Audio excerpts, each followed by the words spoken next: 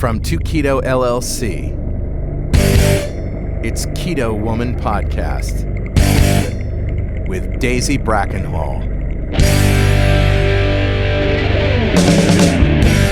Hello Keto lovelies, I'm Daisy Brackenhall and I've spent most of my life struggling with my weight and confidence and have always had a difficult relationship with food. Even when I finally got to my target weight after weight loss surgery and eating low carb, I couldn't maintain it and I was miserable. Keto has given me the freedom to fall in love with food again, without the constant gain, loss, guilt, virtue cycle of before. Health and happiness is where it's at now, running on fat. Welcome to the Keto Woman Podcast. Each week I'll be chatting to inspirational women, maybe even the odd man, to discover the secrets to their success so that I can share them with you. So what is keto? Keto is a way of eating that enables you to switch your body's main fuel source from sugar to fat. Who doesn't want to be a fat burner, right? But how do we achieve this? A great place to start is by keeping carbs to 20 grams or less per day. So things like leafy greens and above ground vegetables, plus some nuts and seeds and the incidental carbs you find in things like dairy. Moderate protein scale to your lean body mass, and then fat to satiety. Once you're in the swing of things, you can tweak it to suit you. Make your own personalised keto. I'll be asking my guests each week what their keto looks like to show you just how flexible and fabulous this way of eating can be. I'm not a doctor, and most of my guests won't be either, so we can't give you medical advice. It's always best to work with your own doctor because they know you and your medical history and so have access to the bigger picture. Thank you, Suryan O, Jeannie Wagner and Christine Jong for supporting me in this podcast by making a pledge at my Patreon page. Do you want to hear your name here at the top of the show? Are you enjoying this podcast and would like to help me make more episodes? Then head to my Patreon page at patreon.com/KetoWoman or hit the support button on the Keto Woman podcast website. It means a great deal to me and you will get to headline the show just like Christine, Jeannie and Suryan did today. This week's extraordinary woman is Carol Hawkins. Carol is a 54-year-old mother of 2 daughters, wife of 32 years, and owns and runs a hearing clinic. She loves to run marathons and has even run through Disney World doing their marathon.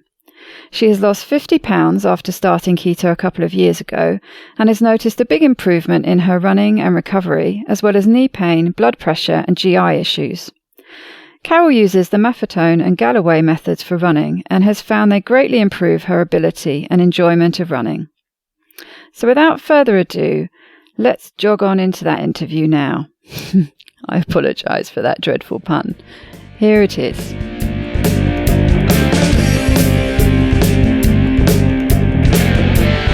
Welcome, Carol, to the Keto Woman Podcast. How are you doing today? I'm doing great. How are you doing today? I'm good. It's lovely to be talking to you. I thoroughly enjoy talking to these multiple women all over the world. It's fantastic. Well, I'm so honored you chose me. I'm happy to tell my story. Yes, and I can't wait to hear it. So, on that subject, let's get started. Tell me where it all began, what your life was like before keto and what led you to go looking for keto in the first place. Well, I think I'm probably a pretty typical story. I was pretty thin through my 20s, and then I had my 2 daughters. And then I think I just kind of started adding a pound or 2 or 3 a year. So, after a span of time, I'm 53 or 50. How old am I? I'm 54. Forget after a while. Yeah, me too. I always have to work it out. I know. It's like once you hit 21, it doesn't really matter. But, I just started gradually adding weight on. And then after a while, you're 50 pounds overweight. So, I think I just started trying to figure out how to lose weight. So I kind of tried all the traditional things. I tried those dumb Slim Fast shakes where you have one for breakfast, one for lunch, and a sensible dinner. And, that didn't work. Yeah, that was actually my first diet. It was Herbalife, actually. But, so thanks, Herbalife. That was my first ever diet. Well, and I think I would probably be horrified if I read the ingredients on it now. Yeah, for sure. I'm sure it's horrible for you. And then, tried low fat. So, you're getting skim milk, you switch to margarine, cut all the fat off of everything. Everything tastes horrible. I remember eating rice cakes thinking you were, this is going to be so good for me. Yum. Yeah, they strip all the saliva out of your mouth, don't they? Yeah, it's horrible. So just, I tried that, and it was funny because I know some people use MyFitnessPal to kind of track things, and I did that like the 2 years before I found keto, and I was tracking my calories. Nothing happened on my weight. And it's funny to see the graph because as soon as I went keto, whoop, it went down. Whereas nothing I was trying before, it wasn't working. Which is probably typical of a lot of people out there. And so what led you to keto? Was it just a case of that was the next thing you stumbled on, or how did you find it? It was kind of a roundabout way. Way back in 2000, I think I fell and hit my knee on a tile floor and got injured. Ouch. Had to do arthroscopic surgery. And then after that, the knee always felt bruised. It almost felt like somebody had just smacked your knee. So I was thinking, okay, if I get some weight off, that'll help. So I kind of figured I'd always been kind of active. So I ran in high school and, I used to swim, so do different things. But I figured, okay, I'll train for a marathon. That'll help you lose weight, obviously. So I signed up with Team in Training, which is a charity. So I was like, okay, I'll do good, raise money for a charity, lose some weight in the process. So I did a marathon in 2007, didn't lose any weight whatsoever. So then that kind of fell to the wayside. Then I think back in, 2015, my youngest daughter is a huge Disney fan, as am I, and I heard about the Disney Marathon, and you get to run through the different parks at Walt Disney World. So I was like, okay, I don't know why my thinking was I'll lose weight if I do this again, because it didn't work before, but I tried it again. So we trained for the marathon. That was fun. And then we did it again the next year. They actually have a race. It's called the Dopey Challenge, where one day you do a 5K, the next day you do a 10K, then you do a half marathon, and then you do the full marathon. So 4 consecutive days of racing. Even doing that with all the training runs, you're doing 20-plus mile training runs. I didn't lose any weight whatsoever. So, again, that wasn't working. In the meantime, I was getting shin splints and stuff, because, you're overweight running. It kind of puts some stress on your body. And I just kind of started reading different books, and it all kind of started daisy chaining, where you read this book, they mention something, you go read that book, they mention something.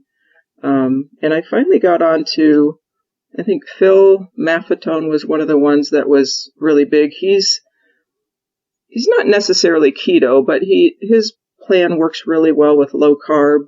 So, he started mentioning how important nutrition was, where I was always kind of in the mindset where you could outrun your diet. If you just exercise more, you're going to lose some weight. Right. You might have got into some calorie counting, but you weren't necessarily thinking about the specifics about what you were eating. Exactly.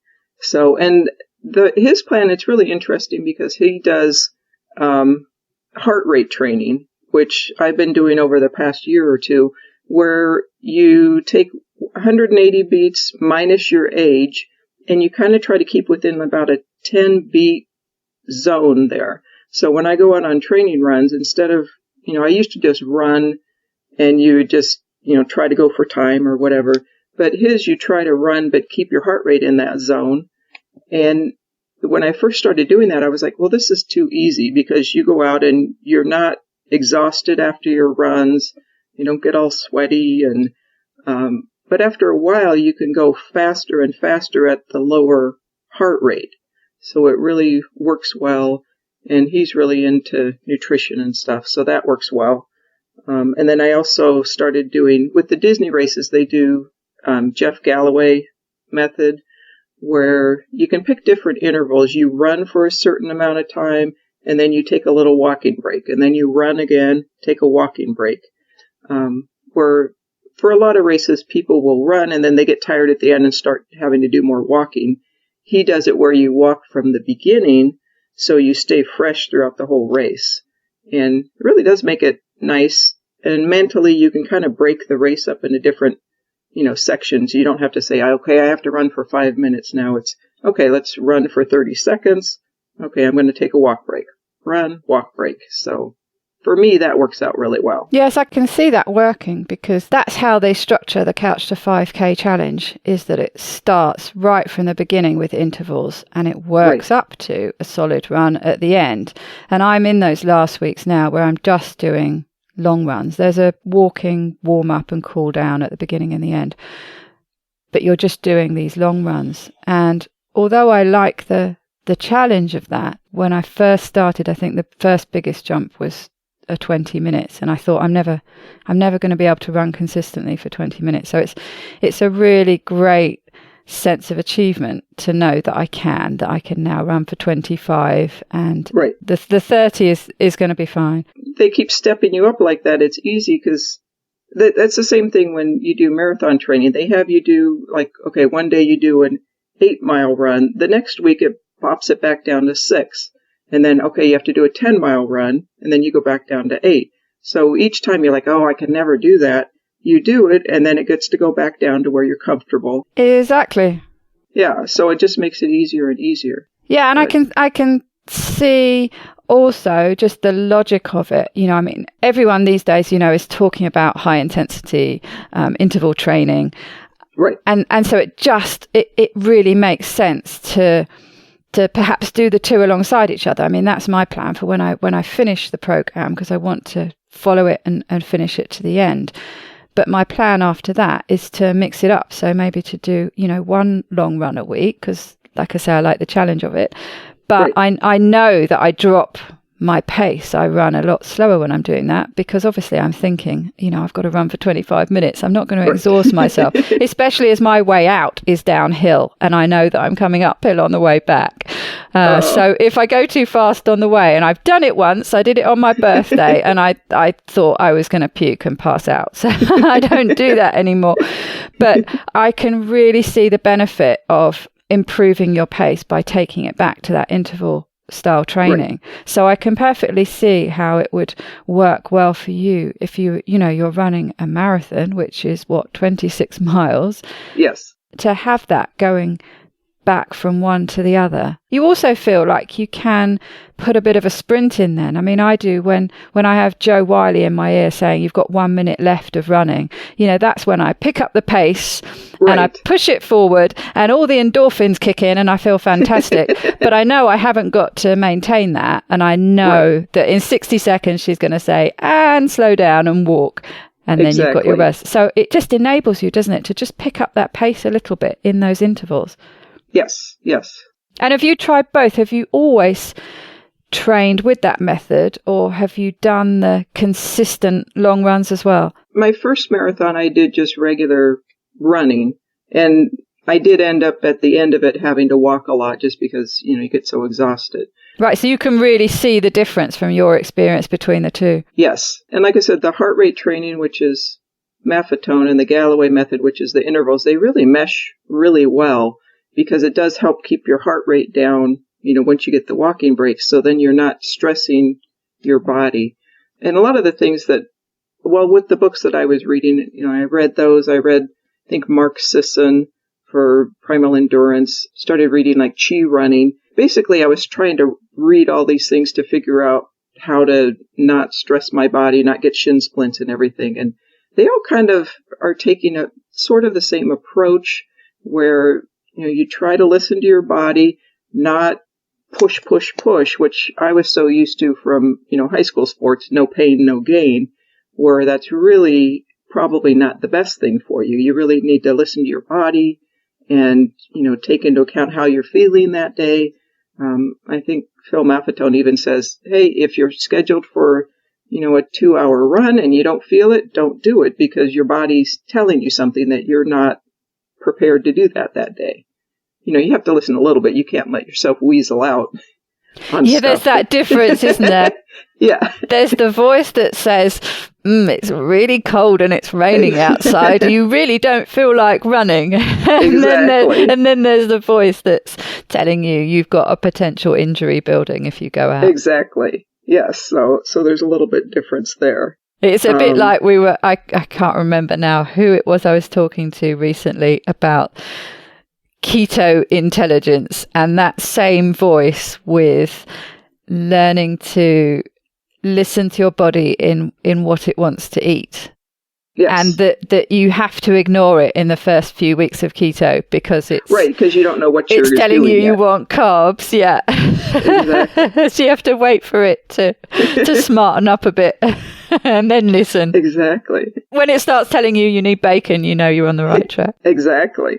So yeah, after my daughter and I, after we did the Dopey Challenge, that one race thing, I think I was kind of burned out on running for a while. And did you do it in the costumes? Is it one of these ones where, you run in a... Ours, we kind of just usually do t-shirts and a skirt but yeah, some of the races we kind of go all out. Like I have one coming up. I'm going to dress up as like Slave Tiana. They do like Slave Leia and something mashups because it's for the Star Wars race. So they're kind of fun. It's these ones where I see these runners running in these, full body animal suits or something, and they're running a marathon. I think, how do you do that? I kind of do more streamlined ones. So it's a running one with a theme. I think I just did one where I dressed up as like Rey from Star Wars at the last one. But in our Disney races, we try to just have fun. My main goal for this last marathon that I did in January was to be able to ride one of the Disney rides during the race. So, because we ran through one of the ones where their roller coaster is open. So you just kind of pop off of the course for a minute, go ride a roller coaster, hop back on. So they're pretty fun. And, you stop and have pictures with the characters along the way. So it's really kind of a fun, I'm definitely not doing those races for time or anything. With some of the other races that I do during the year, I might try to go faster because a lot of the races, they have corrals, which they kind of group you into different time zones so that the faster runners start first and it gets slower. As you get to the back, they get really crowded and sometimes it's hard to run if there's so many people. So you try to get a faster proof of time so you get in a better corral. Right, yeah, so you're not getting jostled along as you run. Exactly. And then the better corrals, then you have more time to take pictures and goof off and stuff during their races. With Goofy, as it happens. Exactly. That sounds like a lot of fun. I like the stopping to go on a ride halfway through. Yeah, it makes it a lot of fun. So, just kind of try to goof off and enjoy what you're doing. So after we did that race, I was really tired of running, I think, for a while. And in the meantime, I'd been reading a lot of books about keto. And for some reason, I think the big fat surprise was the one that kind of did it for me, where that kind of clicked a light switch. Because, I'd heard of Whole30 and stuff before, and I was like, okay, I can never do that. For some reason, I just clicked, and I went through my cupboards, got rid of all the vegetable oil and, all the packaged foods and everything, and just kind of did a whole clean sweep of my house. So I went all in keto. I didn't do the gradual, cut down stuff all at once. I just did it all at once. And, right away, I think I lost 5 pounds the first week. And like I said, my MyFitnessPal graph just started going down and down. And it's like a big stair step. Yeah, it looked like a ski slope. Yeah. Yeah. So I was like, I kind of like this. This is fun. And, I think at first I was doing like the ketone strips, just checking to see how I was doing. After a while, I know those aren't very accurate, but it was kind of good encouragement for me at the very beginning. Absolutely. I think that, yes, they're a bit of fun. And to be honest, most people see something, but there are a few people that see nothing and then they stress out about it and think they're doing something wrong. And I think that's the biggest reason for saying that they're not reliable. But yes, for most people, they're going to show up and they're just going to give you that affirmation and they're a bit of fun. But that's what I always say, is just to look at them as, something quite lighthearted. Right. And when I first started, I did track like all my macros. I had all my percentages and was trying to hit everything right. The interesting thing is Facebook, I think I started almost the same time as Carl Franklin did, because I started January 2016. And at that time, there weren't a ton of groups. There were some groups. They didn't have the 2 keto dudes yet, but I got into a lot of the different ones, and it's interesting just all the different flavors of things out there. Some of the groups are like so dogmatic that you militant. have to do it our way. Yes, oh yeah, and if you don't, basically you're wrong. And exactly. The comment that was always thrown to me, which just used to make me want to punch somebody, was, oh, it's you're new, you don't know what you're talking about, and sooner or later you will come to see that we are right. Right. Yeah, okay. Hasn't happened yet. Yeah, some of them get really militant on here. You have to have this much protein. No, you don't have to have it. You have to eat fat. No, you don't. So there's the main thing I got from it was there's different ways to do it. Some methods work for some people, some work for others. You really have to find what works for you. Absolutely. And if that way works well for you, that's absolutely fine. I'm not going to tell you you're wrong. Exactly. I mean, some people are like, no, you cannot have bell peppers at all. I was like, yeah, okay. You do you, I will do me, and we'll be happy. So, I think overall it took me about, 6 months to lose 50 pounds. Wow. How long had I been doing this for? I'm 5'9" or so I can kind of pack on a lot of weight before it really shows up.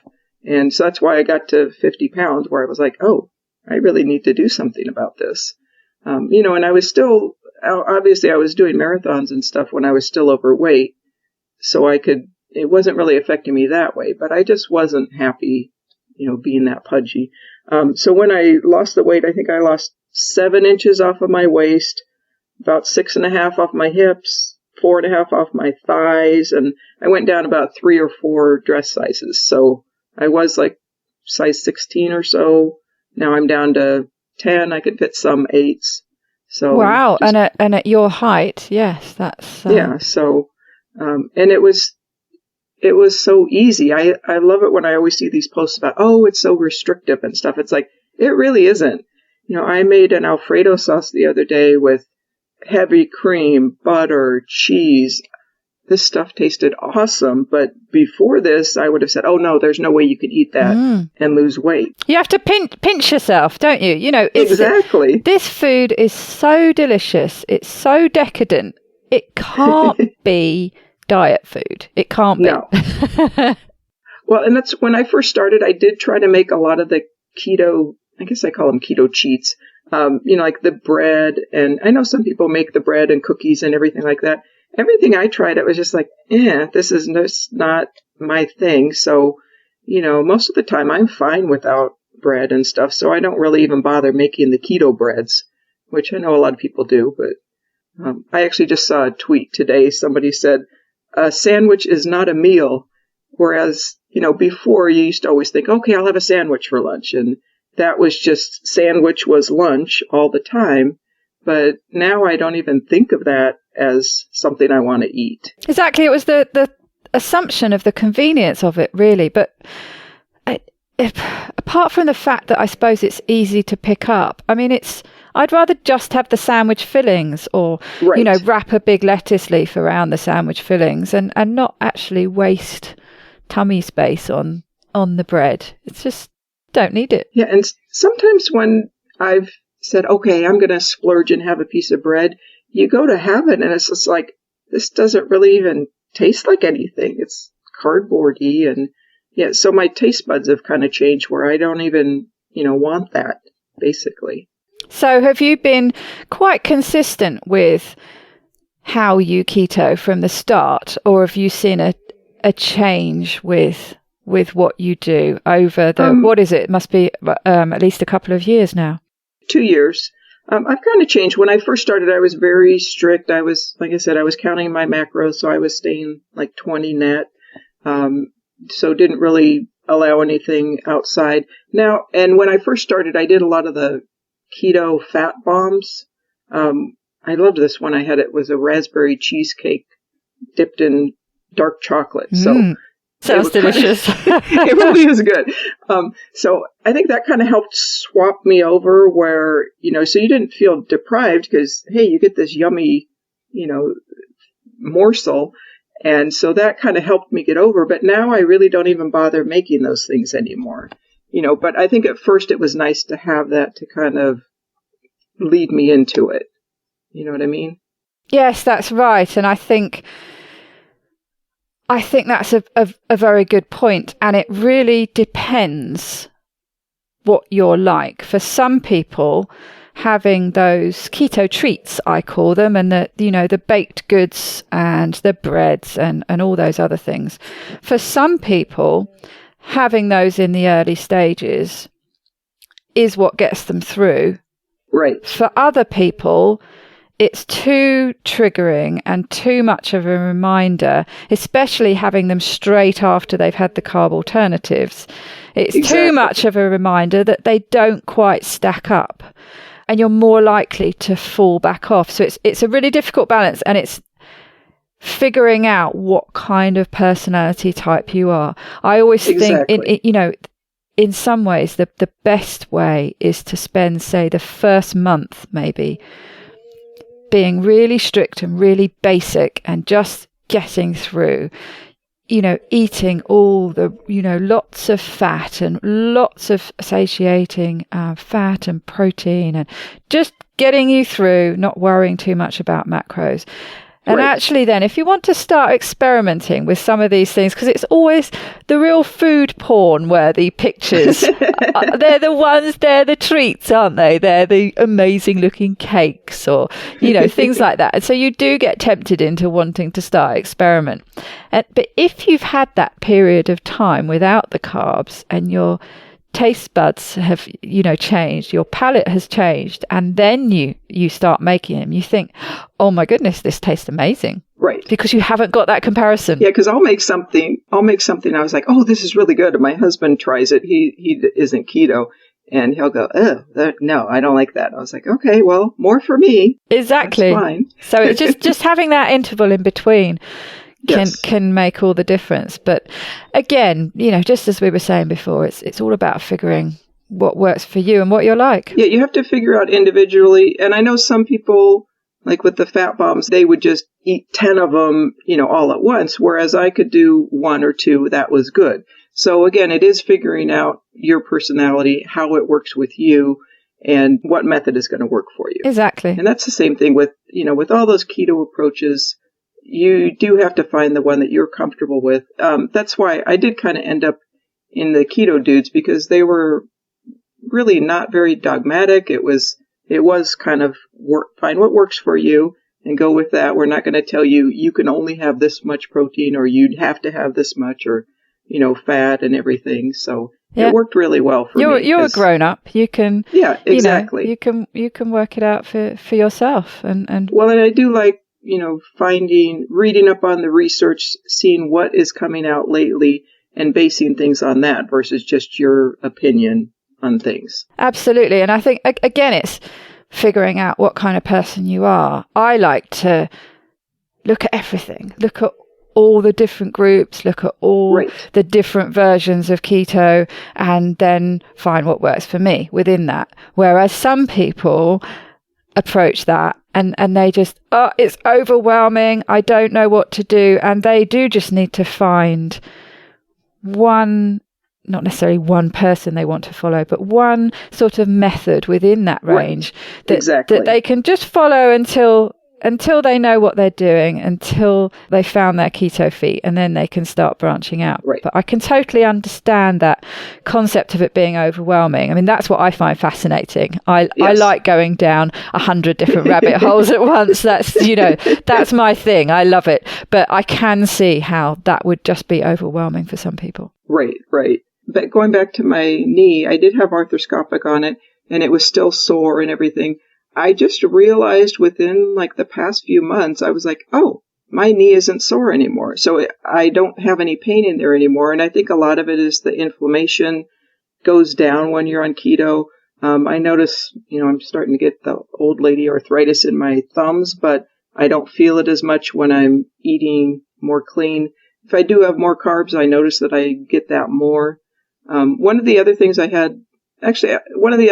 tried was gluten-free, because I was always having some GI issues, I'd eat and I'd have to go to the restroom right away. And I had like a rash on the back of my arms. I think it's called Keratosis pilaris. Anyway, there's little like chicken skin bumps on the back of my arms. Yes, I know. Yeah, that's what it's commonly called, isn't it? Chicken skin. Yes. And I didn't realize, I went to the dermatologist. They give you a topical lotion to put on it, but that didn't help it at all. And once I went keto, that actually went away. So I was pretty shocked, but I read up on it more, and a lot of times it is a gluten intolerance, or, that's a symptom of it. And then also once I went keto, my GI issues went away. So, just those things, the inflammation and the stomach issues and things like that got a lot better on keto. Plus the weight drops off pretty easily. So that was nice.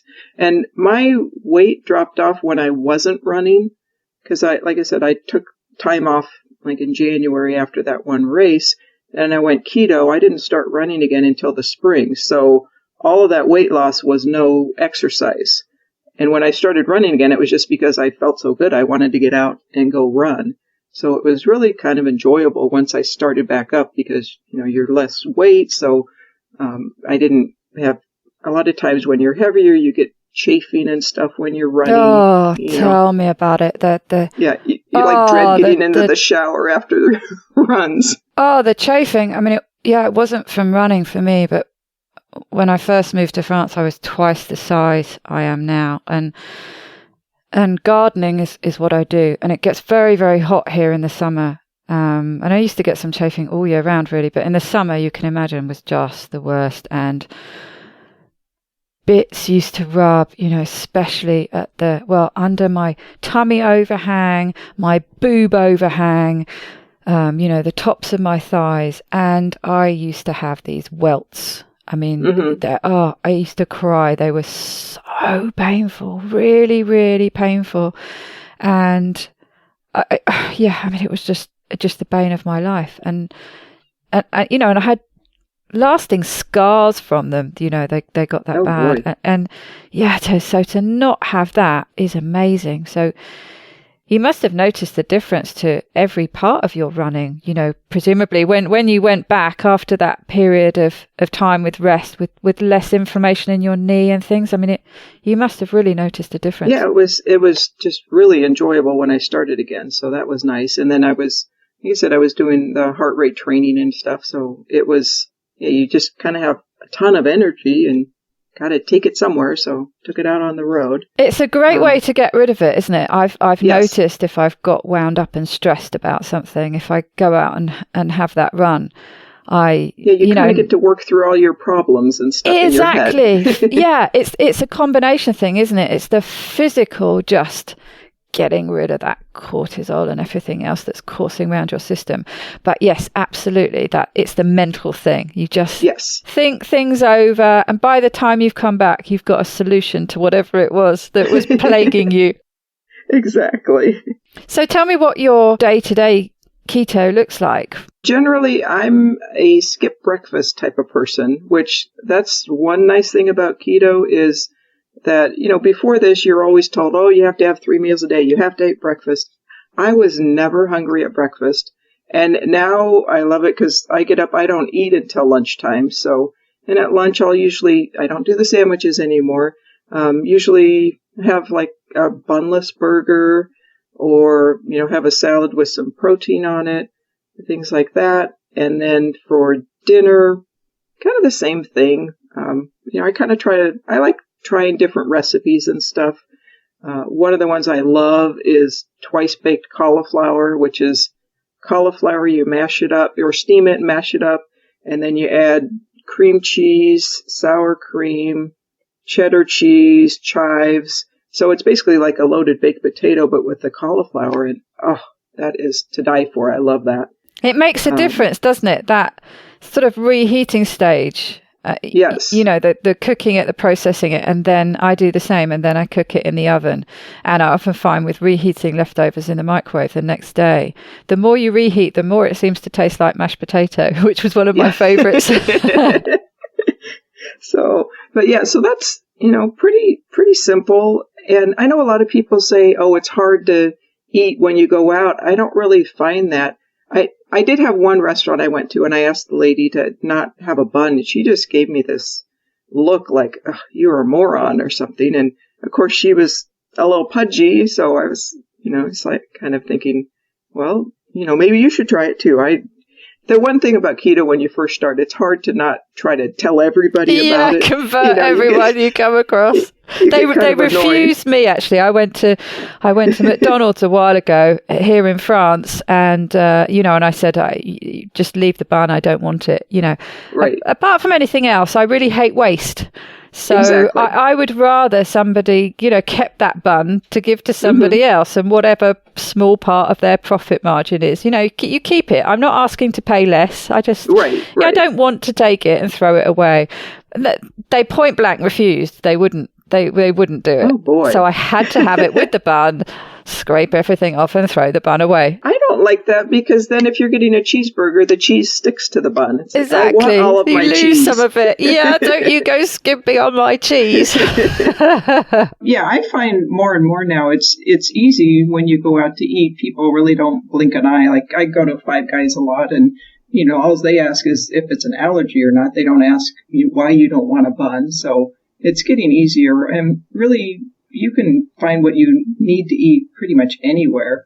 Like if I go out for Mexican food, I'll get fajitas. You just don't eat the tortilla, but you get all the yummy fillings, and pretty much any restaurant you can figure out something to eat. Exactly. Often it's a case of just sort of ditching the casing, really, isn't it? I mean, some people who are hypersensitive to some of the sauces and things, I suppose, have to be a bit more careful. But there are things like, in the UK, kebabs are very popular, and actually they're pretty well a perfect keto food. You just ditch the casing, like I say, the pita bread.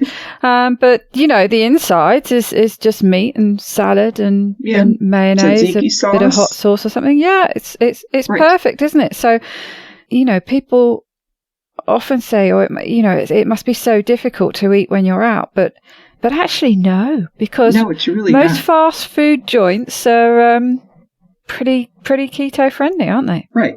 And even I just went to a pizza place with my sister, and it's one where you kind of build your own pizza. And I ended up just eating the toppings off of mine. So, you could still have pizza, you just don't have the bread part of it. You still get the, pepperoni and cheese and veggies.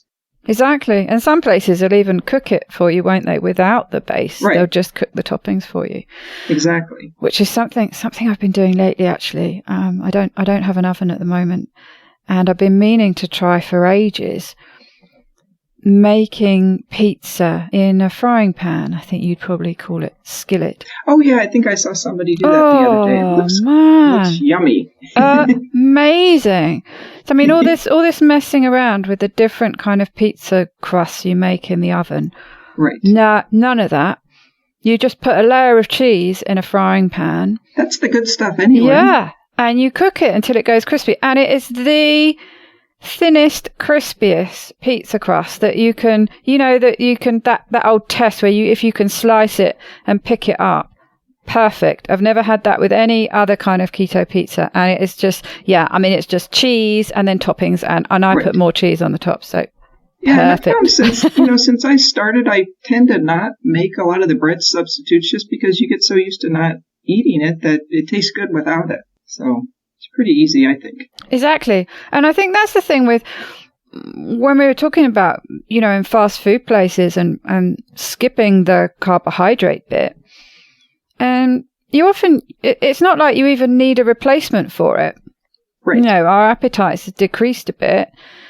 And so we're happy with what there is there after you've taken the carbohydrate away. It's not like you need to add, extra meat or extra vegetables or something. It's fine as it is, isn't it? Well, and it's funny because I eat at Panera a lot, and you get a side with that. So they're like, oh, do you want the bread or do you want chips? And I was like, I don't want either. And they're like, no, you get it with your meal. I was like, really? I don't need them. Thank you. But, they kind of push it on you sometimes. But yeah, I just don't feel the need to have that stuff anymore. Yeah, just give me the good stuff. Yeah. And you don't get that stuffed feeling that you tend to get with carbs anyway, do you? Exactly. Especially, like Thanksgiving where everybody's like, oh, I have to undo my pants. I'm so stuffed. I find that when I eat keto, I don't get that heavy feeling. You just get satisfied and you're not hungry, but you're not bloated or anything. So it's just much more comfortable all around, I feel. Yeah, it's Christmas Day in the UK. We have our massive Christmas dinner and then everyone goes into a carb coma on the sofas in front of the TV and falls asleep. Usually it's just about perfect for when the Queen's speech comes on. So, yeah. Poor Queen. Everyone's sleeping through her speech. Poor Queenie gets ignored. Yeah. What have you found? We were talking a bit earlier about the menopause. What kind of impact have you found that keto has had on that? I haven't had any symptoms whatsoever. I just, stopped having a period last year, and I was waiting for all the horrible stuff everybody says is going to kick in, hot flashes and moodiness and everything like that. But really, I haven't had anything, just no period, and that's about it. So, who knows what that's from, but if it's keto or genetics, thanks, Mom. But yeah, I've just kind of sailed through so far, knock on wood. Perfect. I mean, yeah, because some people just go on for years and years, don't they, of hot flushes and all sorts of things that just aren't very pleasant. So nice to avoid that. Yes. So what's next with your running? What have you got planned so far for this year? Next month, my daughter and I are doing another Disney race where we're doing a 10K and a half marathon. So, the fun one. Exactly. So I have my little outfits planned. Oh, what are you wearing? It's a Star Wars race. So for one of the races, a big group of us got together and we're all having like stormtrooper shirts. So kind of running as a group. And then for the half marathon, I'm doing a Slave Leia Princess Tiana mashup. So wow. Like a little sports bra. It's going to be a little bit more than a bikini, but it's just fun to dress up and, take pictures along the way. And so those are just kind of fun runs. Yeah, I look forward to seeing that. Yes. And it's fun running with my daughter. We got a lot of bonding time in over, all of our training. You're just out running and talking and, so I really appreciated getting to do that with her. So kind of my fun little running buddy. Yeah, great thing to do together, isn't it? Yes. You've just done a run, haven't you? Mm-hmm. Yeah, we just did the Little Rock 10K and full marathon. So, kind of did my intervals along the way. So kind of plugged along, finished them both, could walk afterwards. It was actually funny. My sister, she lives in the area, so I went to go stay with her for the race, and she went to go cheer me on at the end, and she said, oh my gosh, everybody is like limping around after the finish, but I wasn't having any issues. So that was really nice.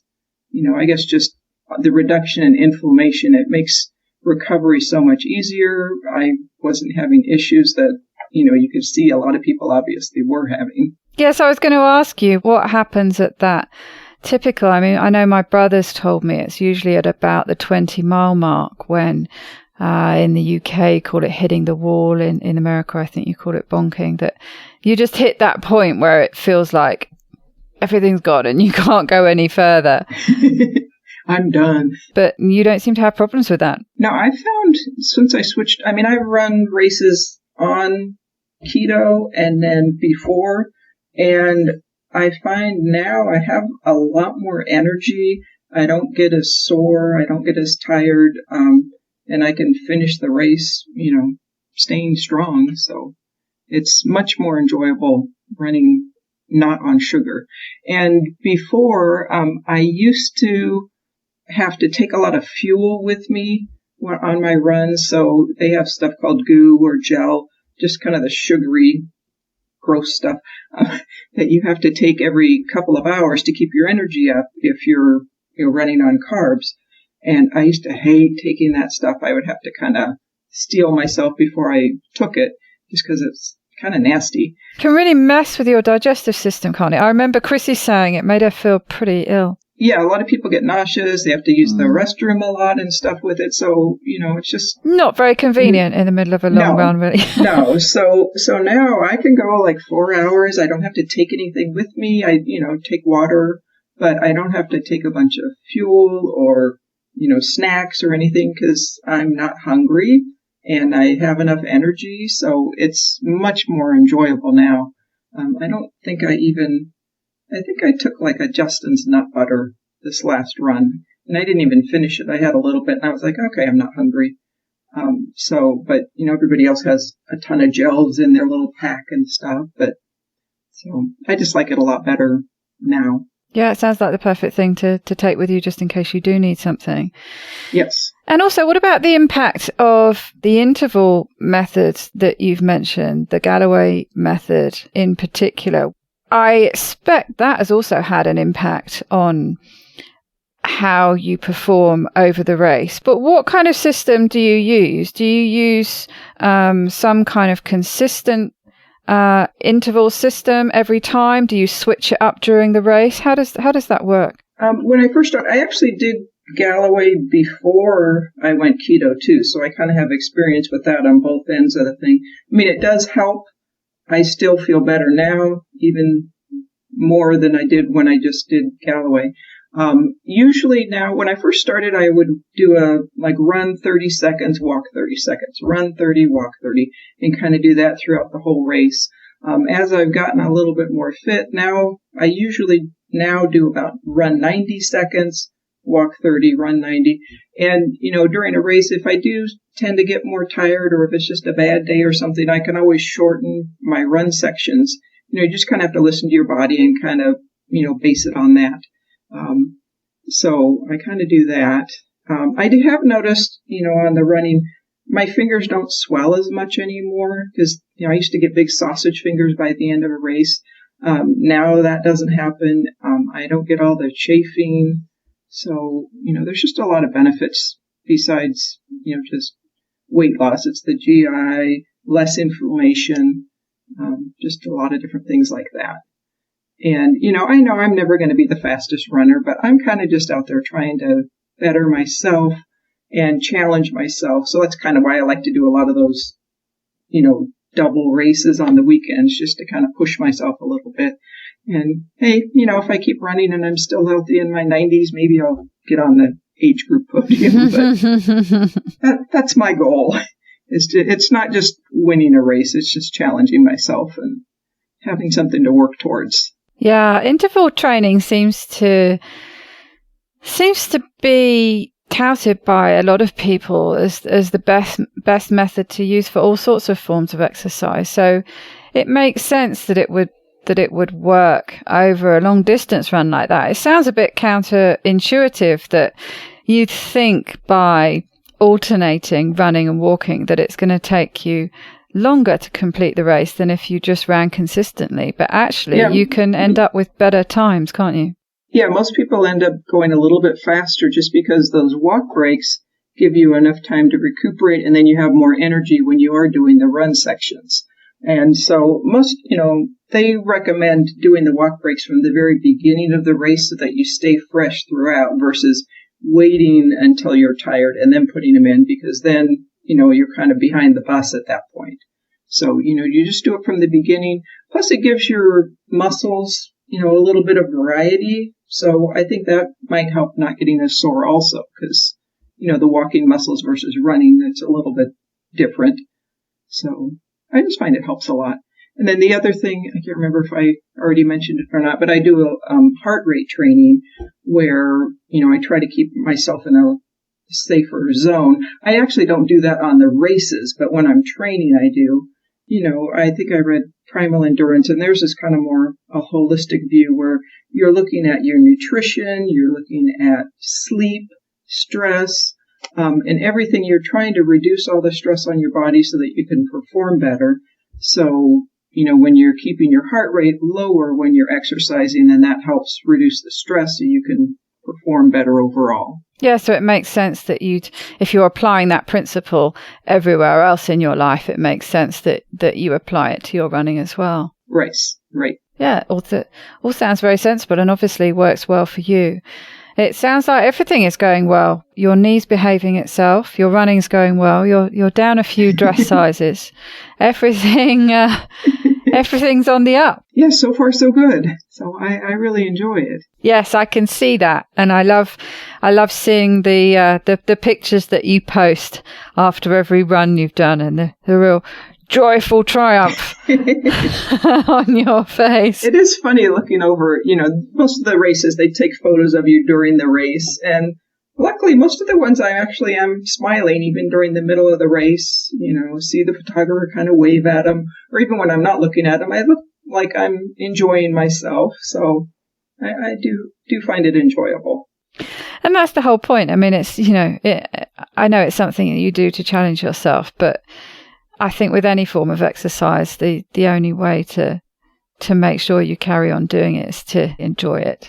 Right. You have to find something you love. And running isn't for everybody. Some people like bicycling, swimming, yoga, whatever floats your boat, just find it and go for it. I think the added bonus of something out in the fresh air, I do think makes the difference. Oh, yeah. I love it. It was funny. I used to work at Disneyland in California when I was growing up, and my one thing when I went to go get the job was, I don't care where I work, I just want to be outside, because I don't want to be inside some, shop or somewhere. I got to be outside in the fresh air. So that was my one stipulation when I hired on. I'll do anything, just put me outside. Exactly. Well, it's been fantastic talking to you today. Perhaps you could share a top tip with the listeners to round us up. My top tip, I guess it's to take kind of a holistic approach to your training. Like I was saying, you not just focusing just on your running and getting in the miles, but you also, have to look at your sleep, your stress levels, and especially your nutrition. You can't outrun a bad diet. I was proof of that because I was running like crazy and still wasn't, losing weight or anything. You do need to listen to your body and be flexible. Because especially like with keto, some people need more protein, some less, and some people need more fat, some less. Some people steer clear of dairy or artificial sweeteners. Everybody's different. It's like Monty Python's Life of Brian. Yes, we're all different. But we really are, and you just have to figure out what makes your engine tick, and, what works for someone else might not necessarily work for you. So it's all being intuitive with yourself and kind of listening to yourself.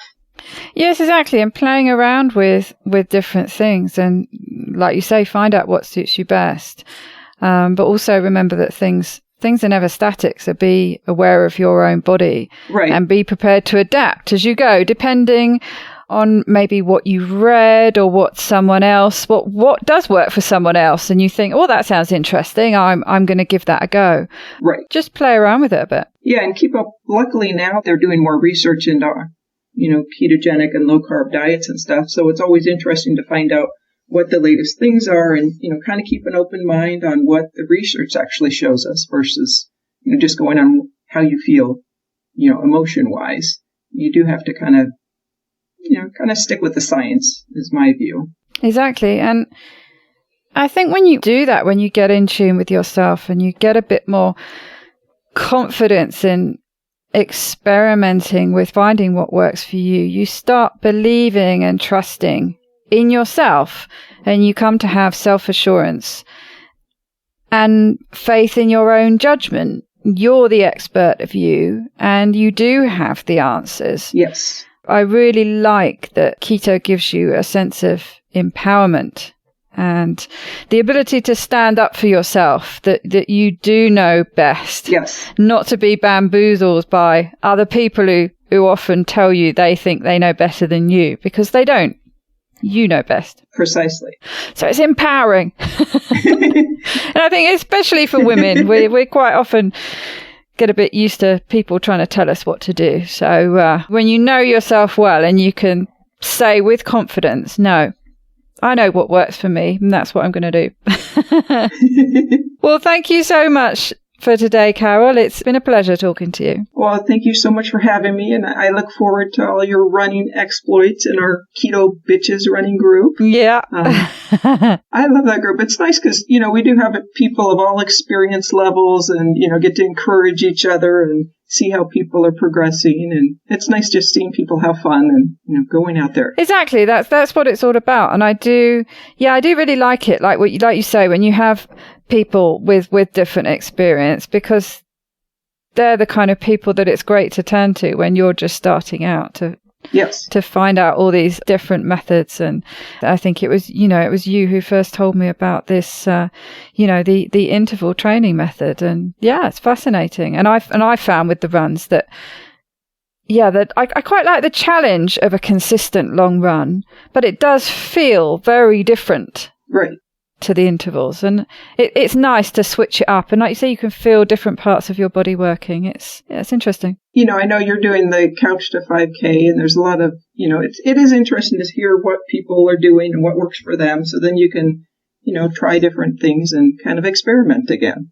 Absolutely. Well, thank you. All right, great. Thank you very much, Daisy. To get the resources and links from the show, please go to ketowomanpodcast.com. Are you my next extraordinary woman? Maybe you've got an idea for a show, a topic you want to hear about. Let me know how I can tickle your earbuds by dropping me a line at daisy@ketowomanpodcast.com. If you fancy joining me on this exciting adventure and want to help me create new episodes, please go to my Patreon page at patreon.com/KetoWoman, or simply hit the support button on the Keto Woman podcast website. It's thanks to the two keto dudes that I'm hosting this podcast, so please consider heading to their Patreon page at patreon.2keto.com and help them bring you more podcasts like this one. Please help other people hear about and find this podcast by reviewing the show on iTunes and Facebook. Every star, preferably 5 of course, and review helps. It doesn't go unnoticed by me, the people who regularly like, share and comment on my posts. Your support means the world to me. Thank you. This week's quote is from Nina Kusksik. Before I give you the quote though, I'm just going to tell you a little bit about her because she's really, really interesting and definitely an extraordinary woman. Born in 1939, Nina was a natural athlete who competed in cycling and skating in her youth. When she was 15, Roger Bannister broke the 4-minute mile barrier, and something about that accomplishment stuck with her. But she didn't find her own talent for running until after she'd gotten married, gone to nursing school and had kids. Inspired by a $1 copy of Bill Bowerman's instructional book, Jogging, Nina started to go out for runs. She trained with men, including her husband, and in 1969 she ran the Boston Marathon, unofficially, because women weren't allowed to enter. She finished in 3 hours 46 minutes, but the time didn't appear in the results like the men's did. It occurred to her that something was seriously wrong with the sport's rules. In 1972, 8 women, including Nina, showed up for the 1972 Boston Marathon and ran under the new AAU rules. Her time of 3 hours, 10 minutes, 22 seconds was finally included in the official results. She was the first female champion. A few months later, at the 1972 New York City Marathon, Nina and 5 other women changed the sport forever. They huddled together just before the Central Park start. When the gun went off, they sat down, protesting women's separate start status. After the press got their story, the ladies got up and started running. Nina and a young runner named Pat Barrett finished all 4.5 loops of Central Park. She was the first woman to triumph in New York and Boston in the same year. She returned to New York in 1973 and won again. Nina kept up the fight at the 1972 AAU convention. She brought a lawsuit prepared by ACLU lawyers demanding that the separate but equal starting line requirement be taken off the books. They won the case and the rule was dropped. At the age of 38, Kusik ran her fastest marathon, 2 hours, 50 minutes and 22 seconds. The same year, she completed the annual NYRR 50-mile race in Central Park in 6 hours, 35 and 53 seconds, an American record. She was among the group that successfully lobbied for a women's marathon to be added to the 1984 Summer Olympics. Though she never got to run on the stage, she relished Joan Benoit's win that year. Now 74, Nina has completed 80 marathons. She returned to Central Park in 2012 to participate in the 40th anniversary celebration of the race she co-founded, the Mini, and walked the race with friends. She was recognised by many and thanked by some, and was quietly happy to be part of something she loves. What a story. So this is a quote from her. Running gives freedom. When you run, you can determine your own tempo. You can choose your own course and think whatever you want. Nobody tells you what to do. Bye-bye, Keto Lovelies.